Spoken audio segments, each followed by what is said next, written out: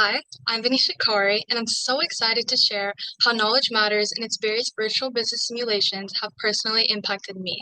Not only have they helped me grow and develop valuable skills, but they've also given me insights that will shape my future beyond high school. Hi, I'm Vaneesha, and I'm an 11th grader at Centennial High School. Outside of school, I love singing as I've been in choir for 9 years and still going.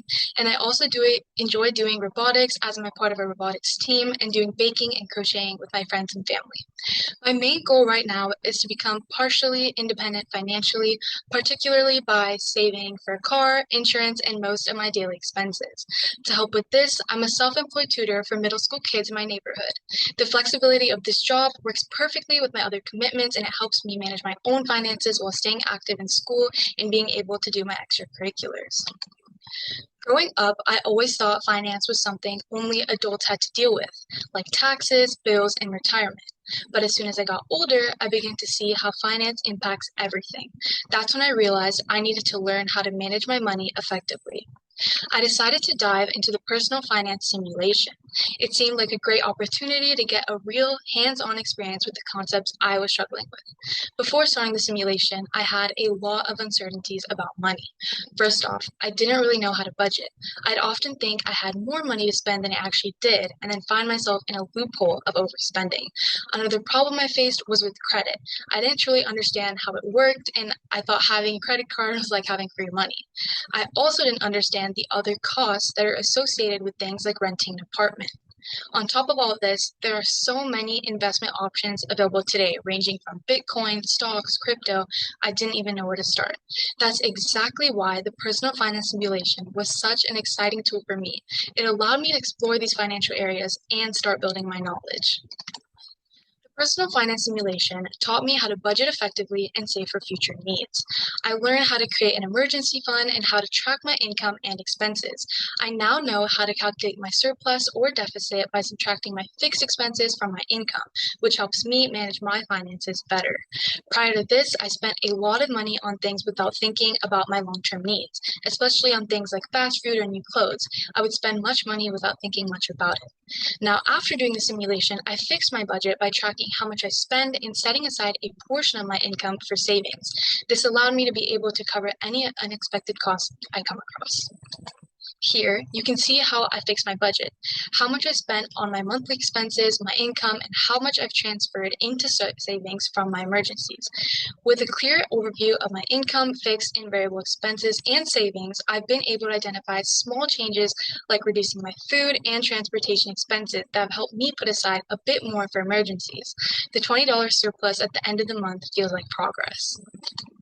In this part of the simulation, I learned that credit is not free money.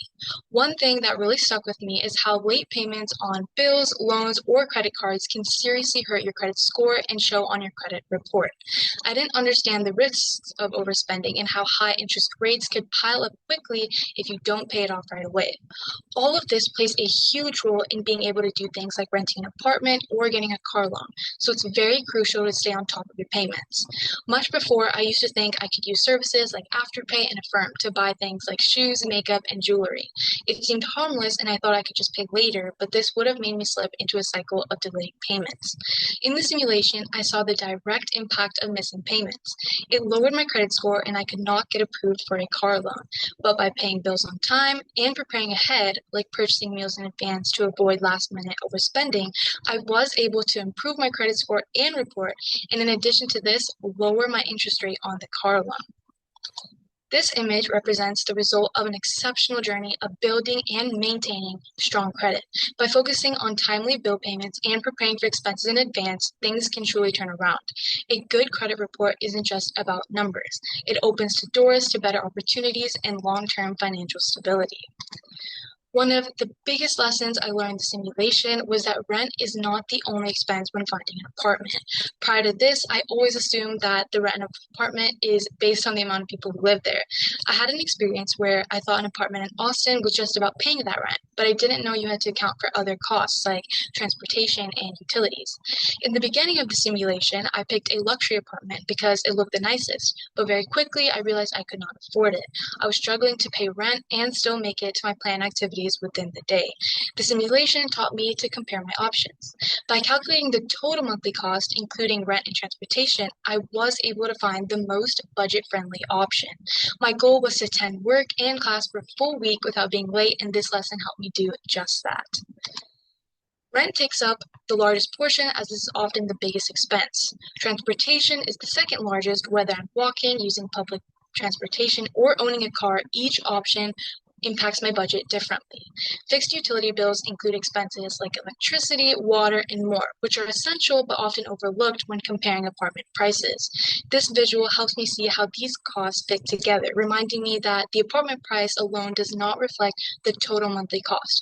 I learned that balancing all these expenses is crucial for staying within budget and making sure I can cover all my needs without going into debt. Before the simulation, investing seemed way too complicated. I assumed you would need thousands of dollars to start, and since my parents didn't grow up investing, they weren't much of a resource to inform me about it either. But through the simulation, I learned that small amounts, like just $5 a week, can grow into something significant over time. It taught me how to compare savings accounts and money market funds by looking at interest rates, fees, and risks. One key takeaway would be that money market funds offer higher returns than savings accounts, but they're not FDIC insured, so they do come with more of a risk. The simulation let me practice moving my money between a savings account and a money market fund, helping me understand how to maximize returns while managing risk. To help with this, I was able to choose between various options. I learned how to research investments properly, not just by picking randomly, but evaluating my options based on yield, fees, and overall benefits. I now feel way more confident in growing my wealth, even starting small. Take a look at this image. This perfectly represents what I learned about investing. The coins in the picture remind me that every little bit counts, and with the right time, patience, and strategy, these small investments can grow into a substantial amount of wealth. Looking back, my before and after transformation is truly insane. Earlier to this concept, I had no budget, no savings, and barely any understanding of financial concepts. I spend without thinking and get overwhelmed whenever I try to plan for big financial decisions. The idea of budgeting or managing credit seemed complicated, and I honestly didn't even know where to start. But after going through the simulation, I now have a clear understanding of how to budget, save, use credit responsibly, and even start investing. I've learned how to track my income, expenses, and surplus or deficit, so I always know where my money is going. The biggest change in myself, I would say, would be confidence. Now, instead of stressing about managing money, I feel ready to be in control of my finances and create smart decisions. One moment that really stood out to me was when I hit my savings goal for the first time. I had a plan to save for a used 2016 silver Toyota Camry instead of buying a brand new car because a used car still functions well, and in about 5 years, I would probably upgrade anyway. My goal was to save half of the cost, which was $5,250, while my parents agreed to match the rest. It was the perfect challenge, and achieving it made me feel like I was finally in control of my finances. This entire simulation experience showed me that managing money is not just about limiting spending. It's about making strategic decisions for the future, and that's a skill I'll carry with me long after the simulation. One of the best things that I've learned from the simulation is that financial planning is something you should start practicing early. I encourage all of you to try something simple. Maybe start tracking expenses for a month or setting a small savings goal, like putting aside $20 a week. You'd be surprised at how much even small changes can help. I highly recommend the simulation, especially if you don't have much financial experience or feel overwhelmed about managing money. It gives you a hands-on way to practice key skills like budgeting, saving, and making smart financial choices before facing real-world consequences. Whether you're planning for your first big purchase, college, or even major milestones, learning to make strategic financial decisions now will set you up for success. This experience showed me just how valuable financial literacy is, and I know it can do the same for you.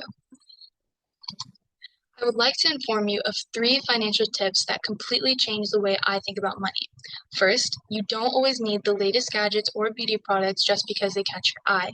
Taking a moment to rethink your purchases makes you help financial decisions better that benefit you in the long run. Second, delayed gratification, making small sacrifices now for bigger rewards later. And finally, financial setbacks are not the end of the world. Losing money or making a mistake is not failure. It's a learning opportunity. What matters most is how you adjust and move forward, making smarter decisions next time. I just want to take a moment and thank you for listening.